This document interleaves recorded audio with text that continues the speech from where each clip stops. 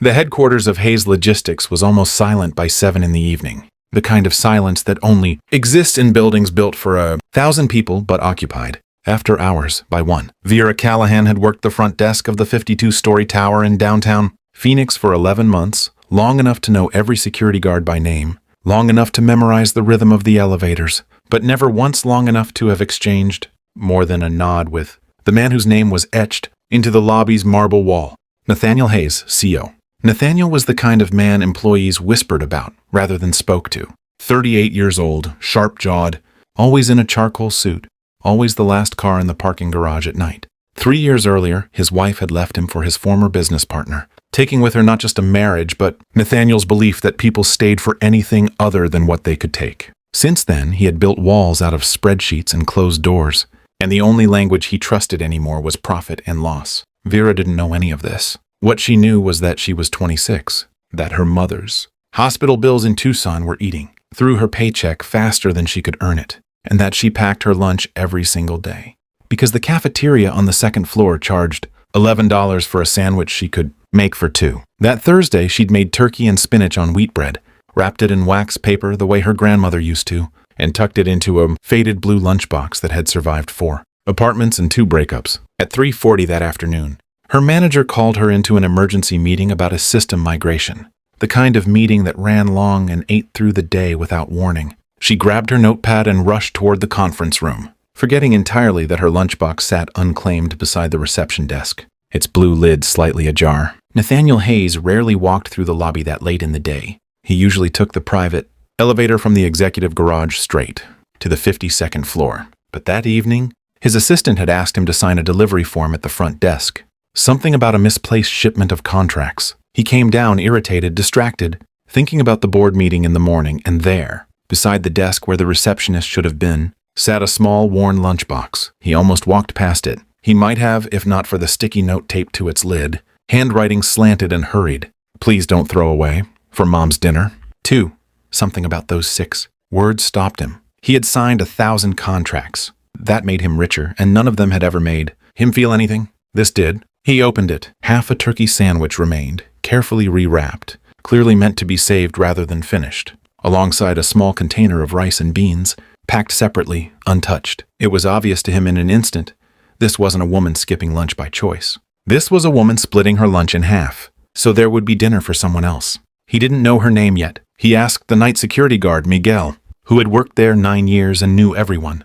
Miguel told him it belonged to Vera from the front desk, that she was a good kid, always polite, always tired-looking these days. Nathaniel didn't say why he was asking. He simply nodded, closed the lunchbox gently, and carried it up with him to his office instead of leaving it behind. That night he couldn't stop thinking about it. Not out of pity, he was allergic to pity, his own included, but out of something closer to recognition. He remembered his father, before Hayes Logistics existed, before there was money, splitting his own dinner so Nathaniel could eat twice. He hadn't thought about that memory in 20 years. The next morning, Vera arrived to find her lunchbox missing from where she'd left it. Panic rose in her chest. That lunchbox held more than food. It held the only dinner her mother would eat that night unless. Vera found a way to buy groceries before her shift ended. She searched under the desk. In the break room, asked Miguel, who told her only that someone from upstairs had taken it, without saying who. At 9 a.m. sharp, an envelope arrived at the front desk addressed simply to Vera. Inside was her lunchbox, cleaned, repacked with a fresh sandwich and a full container of rice and beans, alongside a folded note in handwriting far neater than her own hurried scrawl. I didn't want your mother to go without dinner. I hope this doesn't overstep. Nah, Vera stared at the initials for a long moment, before her stomach dropped with recognition. N.H. Nathaniel Hayes. She didn't know whether to feel grateful or humiliated. For 3 days she avoided eye contact whenever he passed through the lobby, terrified he now saw her as a charity case, some poor girl to be pitied from his 52nd floor office. But Nathaniel never mentioned it again, never looked at her differently, never let it become a thing whispered about in break rooms. He simply began, quietly, consistently, to notice her. The way she stayed late without complaint, the way she remembered every employee's coffee order, the way exhaustion sat behind her eyes even when she smiled. 2 weeks later, a company-wide email announced a new initiative, a partial tuition assistance program for employees pursuing further education. Inspired by conversations with staff at every level of this company, Vera hadn't spoken to Nathaniel even once, but she recognized her situation reflected back at her in policy form. She had once mentioned to Miguel in passing that she'd left nursing school when her mother got sick. Somehow that detail had traveled. It was around this time that fate, or perhaps quiet design, began placing them in the same spaces. Nathaniel started taking the main elevator instead of his private one. He began arriving 15 minutes earlier than necessary, timing coincidentally overlapping with the start of Vera's shift. Small conversations began about weather, about the impossible Phoenix heat, about her mother's health. Vera learned that Nathaniel Hayes, the man employees feared, laughed at his own jokes before anyone else did and hated eating lunch alone, though he did it every day. One evening in October, working late again, Vera found herself the last person on the ground floor except for security. She was surprised to find Nathaniel there too, sitting on the lobby's leather bench instead of his office chair, 2 coffee cups in hand. He held one out to her. "You've been staying past 6 every night this week," he said. "I wanted to ask why, but I realized I already knew the answer. And it wasn't my business unless you wanted it to be." Vera sat beside him, exhaustion making her honest. In a way, she wouldn't normally allow herself to be with the CEO of the company. She told him about her mother's kidney condition, about the dialysis 3 times a week, about how nursing school felt like a door that had closed the moment her mother's diagnosis arrived, about how she packed lunch not to save money for herself, but to make sure there was always something warm waiting when she got home to Tucson every other weekend. Nathaniel listened the way no one had listened to him in years, not the polite listening of board meetings, but the kind where a person forgets to check the time. When she finished, he told her quietly about his father, about the dinners split in half, about how he'd built an empire so no one in his family would ever go hungry again, only to lose the family part along the way. "I have more money than I know what to do with," he said, "and somehow less peace than I've ever had." Their friendship grew slowly through the winter, built not on grand gestures but on small honesty, shared coffee, late conversations, the quiet comfort of 2 people who understood what it meant to carry weight alone.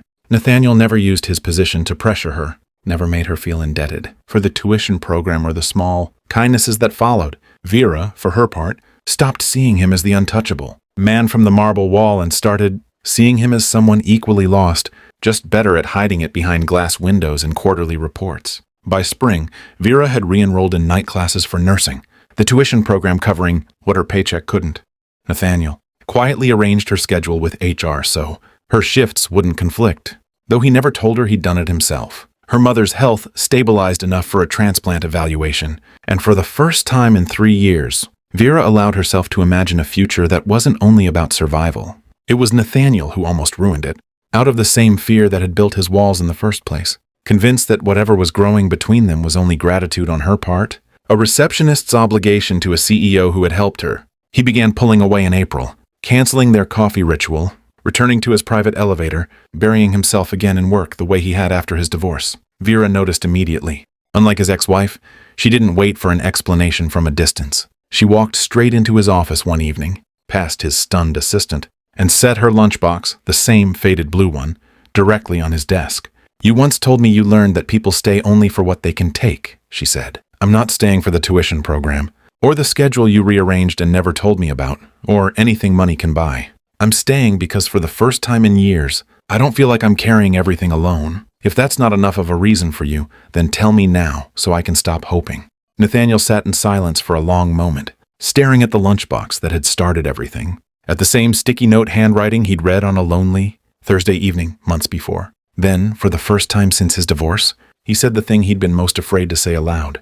"I stopped pulling away because I was scared, not because I stopped caring. I've been waiting my whole life to be needed for the right reasons. I just didn't expect it to happen because of a sandwich." By the following spring, Vera had finished her nursing prerequisites. Her mother's transplant had succeeded, and the 2 of them stood together in the same lobby where it had all begun. Now married, watching the Phoenix sunset paint gold across the glass tower Nathaniel once thought was the only thing that mattered. The marble walls still bore his name, but the lobby now held something the building had never had before. The quiet, unmistakable warmth of 2 people who had learned that the smallest, most unassuming act of kindness, a half-eaten lunch left behind by accident, could rebuild everything 2 broken hearts thought they'd lost for good.